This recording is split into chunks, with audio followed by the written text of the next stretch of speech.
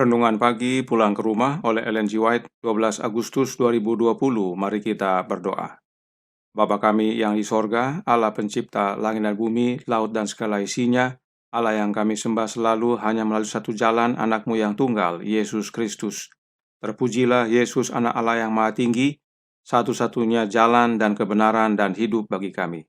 Pada pagi hari ini kami bersyukur boleh bangun dan berbakti dan sebagaimana membaca nasihat firman-Mu, kiranya roh-Mu ya Yesus menguasai hati dan pikiran kami, agar masing-masing kami tidak hanya dituntun ke dalam seluruh kebenaran, namun hidup kami diubahkan.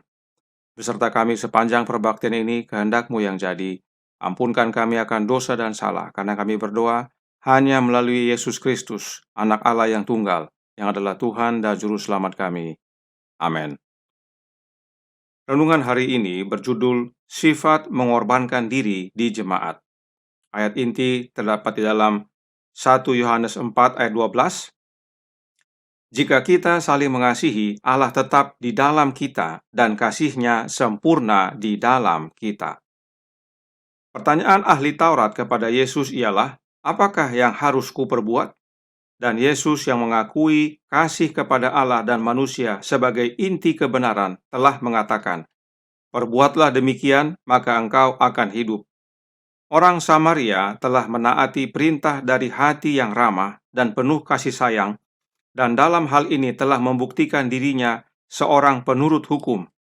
Kristus menyuruh ahli Taurat itu, pergilah dan perbuatlah demikian. Berbuat dan bukannya sekedar mengatakannya saja diharapkan dari anak-anak Allah. Barang siapa mengatakan bahwa ia ada di dalam Dia, ia wajib hidup sama seperti Kristus telah hidup. 1 Yohanes 2 ayat 6. Pelajaran ini bukannya kurang diperlukan dalam dunia dewasa ini daripada ketika diucapkan oleh Yesus. Sifat mementingkan diri dan tata cara yang dingin sudah hampir memadamkan api kasih, serta melenyapkan budi bahasa yang seharusnya mengharumkan tabiat. Banyak orang yang mengakui namanya telah melupakan kenyataan bahwa orang-orang Kristen harus menunjukkan Kristus. Kecuali ada sifat mengorbankan diri yang praktis untuk kebaikan orang lain dalam lingkungan keluarga, di tempat sekitar, di gereja, dan di mana saja kita mungkin berada, maka kita bukannya orang Kristen. Tidak menjadi soal apapun kedudukan kita. Kristus telah menghubungkan minatnya dengan minat manusia, dan Ia meminta kita untuk menjadi satu dengan Dia guna menyelamatkan manusia. Kamu telah memperolehnya dengan cuma-cuma, karena itu berikanlah pula dengan cuma-cuma. Matius 10 ayat 8. Dosa adalah yang terbesar dari segala kejahatan, dan kitalah yang harus mengasihani dan menolong orang berdosa. Banyak orang yang berbuat salah dan yang merasa malu dan bodoh. Mereka lapar akan perkataan yang memberi keberanian. Mereka memandang pada kesalahan dan kekhilafan mereka, sampai mereka hampir putus asa. Jangan hendaknya kita melalaikan jiwa-jiwa ini. Jika kita orang Kristen, kita tidak akan melewatinya saja, seraya berusaha sedapat-dapatnya untuk menjauhi orang-orang yang paling memerlukan pertolongan kita. Bila kita melihat orang-orang yang dirundung malang, baik oleh malapetaka maupun oleh dosa, maka kita tidak pernah akan mengatakan, ini bukan urusan saya. Kamu yang rohani harus memimpin orang itu ke jalan yang benar dalam roh lemah lembut. Galatia 6 ayat 1. Dengan iman dan doa, lawanlah kuasa musuh. Ucapkanlah perkataan iman dan keberanian yang akan menjadi obat penawar bagi orang yang hancur dan luka. Banyak sekali orang yang telah kehilangan keberanian dan putus asa dalam pergumulan kehidupan yang besar, ketika satu kata kegembiraan yang ramah tamah akan menguatkan mereka supaya menang. Jangan sekali-kali kita melewati jiwa yang sedang menderita tanpa berusaha memberikan penghiburan kepadanya, yang dengan itu kita dihiburkan oleh Allah. Alfa dan Omega jilid 6 halaman 120 dan 121. Saudaraku dalam Tuhan, firman Tuhan berkata bahwa kita wajib hidup sama seperti Kristus telah hidup. 1 Yohanes 2 ayat 6. Roh Nubuat menyatakan dalam From Heaven with Love halaman 338 paragraf 1 yang berkata, Dalam kisah orang Samaria yang baik hati, Yesus memberikan gambaran tentang dirinya dan misinya. Manusia telah diremukkan, dirampok, dan dibiarkan binasa oleh setan. Namun Juru Selamat meninggalkan kemuliaannya untuk datang menyelamatkan kita. Dia menyembuhkan luka kita. Dia menutupi kita dengan jubah kebenarannya. Dia membuat penyediaan lengkap bagi kita sebagai tanggung jawabnya sendiri. Menunjuk pada teladannya sendiri, dia berkata kepada para pengikutnya, "Sama seperti aku telah mengasihi kamu, kamu harus saling mengasihi." Yohanes 13 ayat 34. Inilah kehidupan Yesus. Maka kita harus hidup sama seperti dengan Yesus. Perhatikan, Yesus menggambarkan dirinya sebagai orang Samaria dan bukan orang Yahudi. Kemudian, korban perampokan adalah orang Yahudi. Padahal orang Yahudi membenci orang Samaria. Namun saat orang Yahudi mengalami derita, yang datang menolong adalah orang Samaria. Sesama orang Yahudi malah tidak menolong. Ini suatu nasihat sangat penting bagi kita yang mengaku pengikut Yesus.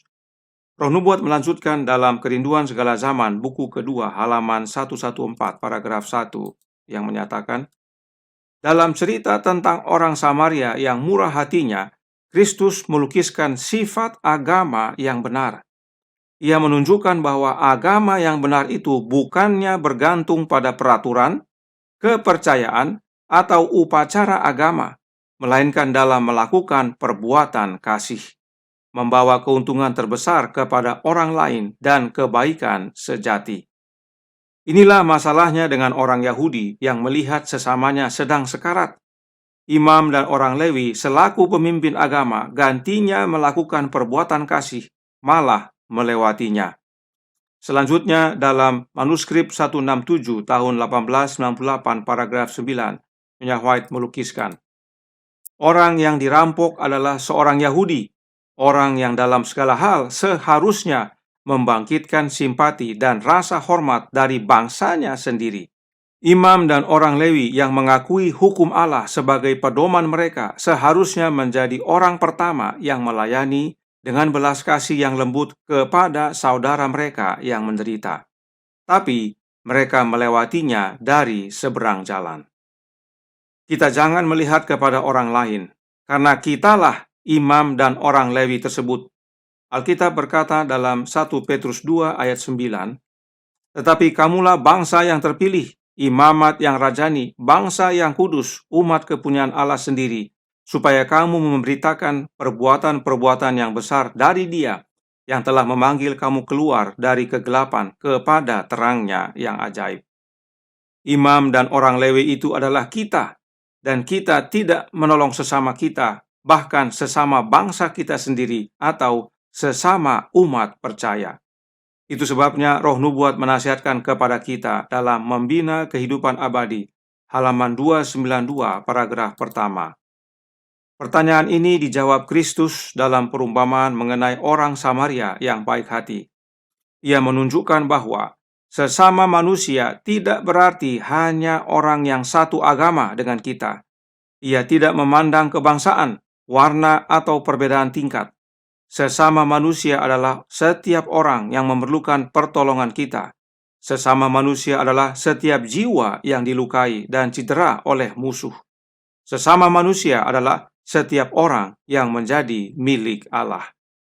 Inilah kehidupan Yesus, dan inilah seharusnya kehidupan kita para pengikut Yesus.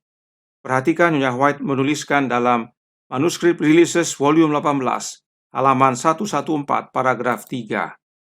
Peristiwa orang Samaria yang baik hati diberikan sebagai ilustrasi tentang kewajiban kita kepada mereka yang membutuhkan simpati dan bantuan. Orang Yahudi telah diinstruksikan oleh para pemimpin mereka untuk menghina orang Samaria. Tetapi Yesus menunjukkan bahwa salah satu dari kelompok yang dibenci ini jauh lebih maju dari para imam dalam melakukan perbuatan belas kasih, kemurahan hati, dan kebajikan. Melalui peristiwa ini, Yesus meninggikan orang Samaria di atas imam dan orang Lewi. Nah, bagaimana mempunyai kehidupan belas kasih yang suka mengorbankan diri bagi sesama? Nyonya White menuliskan dalam Christ Object Lesson halaman 259 paragraf 1 yang berkata, adalah roh setan untuk mendapatkan, mengambil untuk diri sendiri, adalah roh Kristus untuk memberi, mengorbankan diri demi kebaikan orang lain.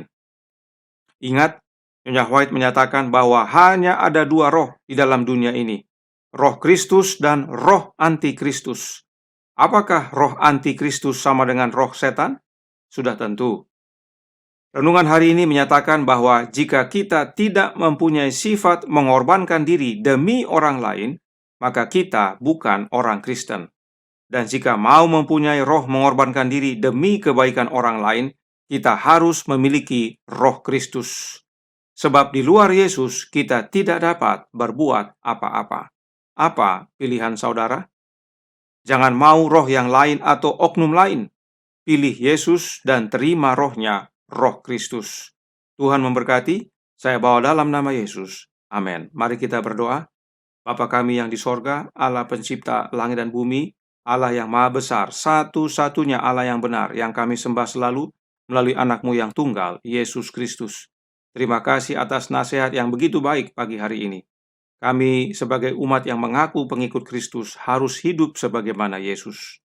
Yesus yang digambarkan sebagai orang Samaria menolong orang Yahudi, sementara orang Yahudi tidak menolong sesamanya.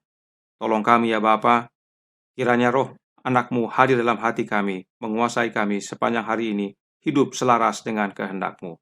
Beserta kami sepanjang hari ini kehendak-Mu yang jadi, ampun kami akan dosa dan salah, karena kami berdoa hanya melalui anak Allah yang tunggal, Yesus Kristus, yang adalah Tuhan dan Juru Selamat kami.